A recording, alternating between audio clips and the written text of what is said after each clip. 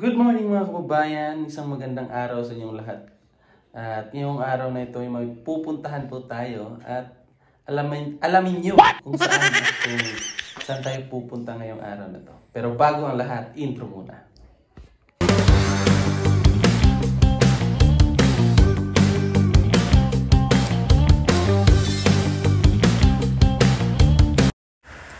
Ayan po, papunta na po tayo kina Kuya, sa bahay ni Kuya po. Ayan, sobrang init po ng panahon ngayon.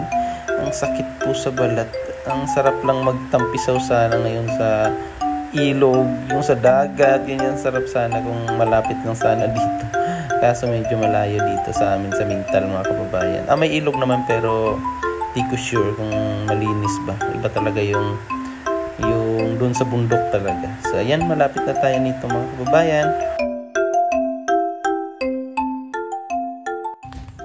Ayan mga kababayan, at andito na tayo sa pinapagawang bahay ni Kuya Mang Eli. Ayan po, at ano na lang din natin, pakita ko na lang din sa inyo kung ano na yung mga ganap dito. Kasi may kukunin ako dito mga kababayan. At at the same time, ano ko na rin sa inyo, ipakita ko na rin sa inyo yung kalagayan ng bahay na pinapagawa ni Kuya. So ayan po. So ayan, pasukin na natin yung bahay. Yung loob ng bahay ni Mang Eli. Na ano na yung septic tank. Nakaraan na pumunta ako dito mga kababayan, wala pa to. Wala pa to, hindi pa to natabunan. So ngayon na ano na nila, tabunan na. So, may mga ano dali ng wiring. Tara, pasok tayo. Ano na rin. Tapos na rin yung palitada sa ito yung CR niya. Ayan, may CR na si Kuya dito. May bowl na. May nakalinya na sa mga tubig. Ito yung CR dito sa parang common yata to na CR. Yan dyan. Yan, may mga ano na rin yung mga PVC para din yan sa CR sa taas, yung mga wire Ito yung master bedroom nila Kuya. Yan, ano siya, high ceiling. Ito din yung CR sa master bedroom. Yan, so wala pa siyang bowl, so wala pang aniduro. Pero malaki yung ano niya, malaki yung dito sa CR niya sa loob ng kwarto nila. So, medyo malaki compare doon sa common. So dito naman. Dito pala yung mga package. So may mga package pa dito sa loob mga kababayan.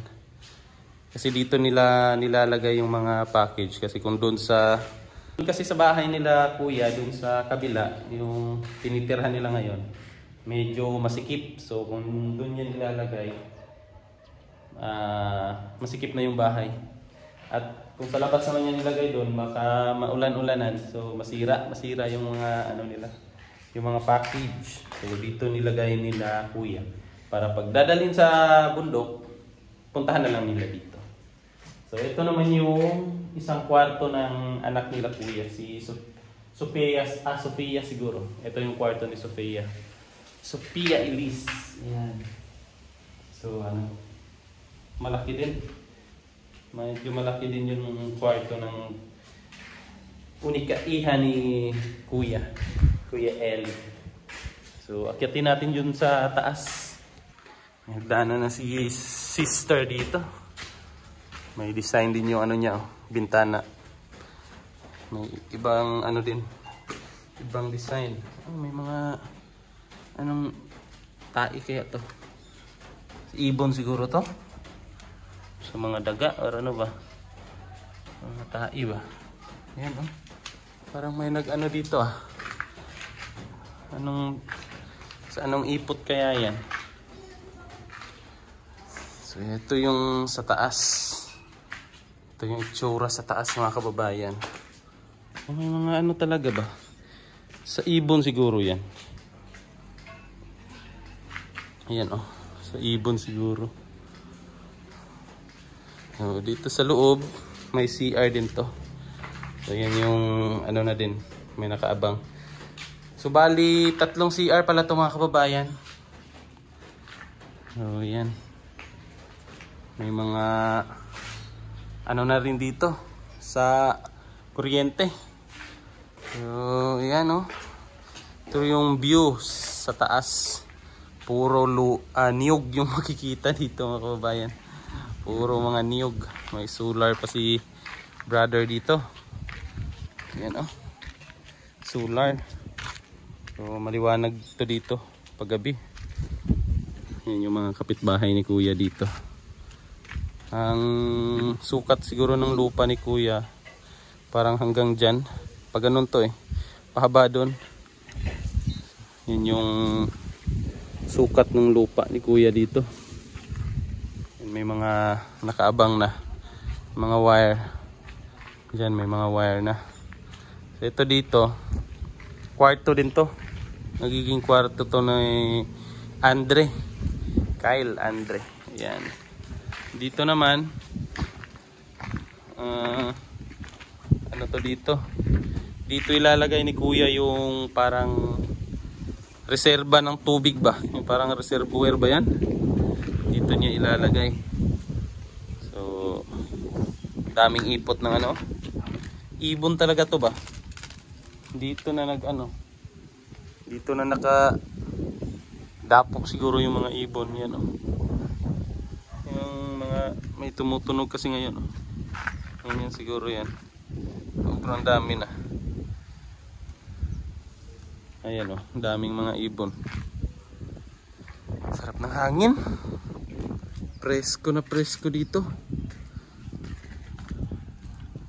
May mga kahoy na ano. Sayang yung mga kahoy. Daming kahoy. Tara, baba na tayo mga kababayan. Ito yung ano, higaan ni PB Team Panday. Ngayon kasi mga kababayan, wala pang nagtatrabaho dito. Kasi si PB Team Panday is busy po sa mga project ni Sir Paul na mga pabahay. So nandun sila kina ano ngayon, yung magkapatid na mga babae. So andun sila ano ngayon, si PB Team Panday. Kasi nung nakaraan din doon siya kina ano, Tatay Lando ba yan? Anong pangalan nun?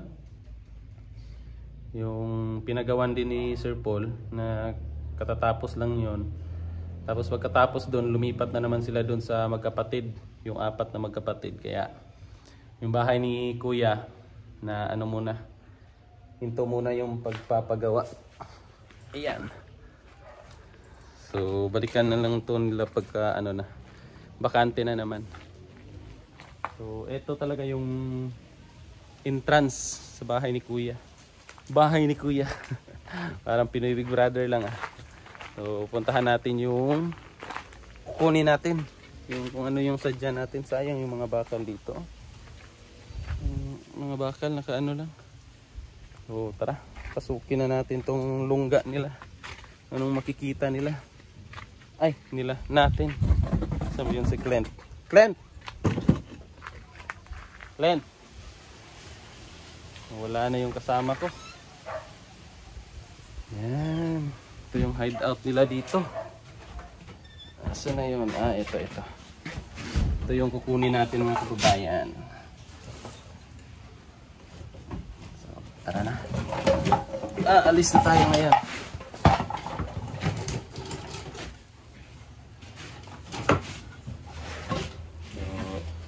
Dati mga kababayan, punong-puno to ng package dito. Ibang package dito nilagay. So ngayon, ano na, bakante na. At wala pang nakatira dito ngayon. Oh, may susi na naiwan. Sa mga Panday siguro to ba? May susi oh, naiwan. Tara, labas na tayo. Sarado muna natin.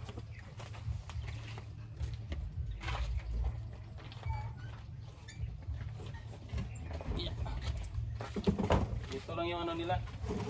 Ito lang yung lock nila dito. Yan lang yung lock sa hideout ng mga panday ni Kuya. So tara na. Alis na tayo. So, nakuha na natin yung sadya natin dito mga kababayan. So aalis na tayo. Gusto kaya itong mga hideout ng mga panday dito. So kasama ko pala si Clint, yung kaklase ko. Yan. Si Clint. At sina Peter Paul kasi ngayon mga kababayan wala dito sa ano. Nandun sila sa Bukidnon. Hindi pa sila nakauwi. So wala pa sila dito. Mamaya pa siguro yung uwi nila. So tapos dito uwi na tayo. Ang daming kahoy dito, nasira na. Kumuha si ano dati dito kapatid namin. Ayan, daming kahoy. Alis na tayo mga kababayan. At hanggang dito na lang tong video natin mga kababayan. At maraming salamat sa inyong panunood. Sa inyong walang sawang suporta. At sa mga hindi pa nag-subscribe, mag-subscribe na po kayo mga kababayan. At hanggang sa susunod, paalam!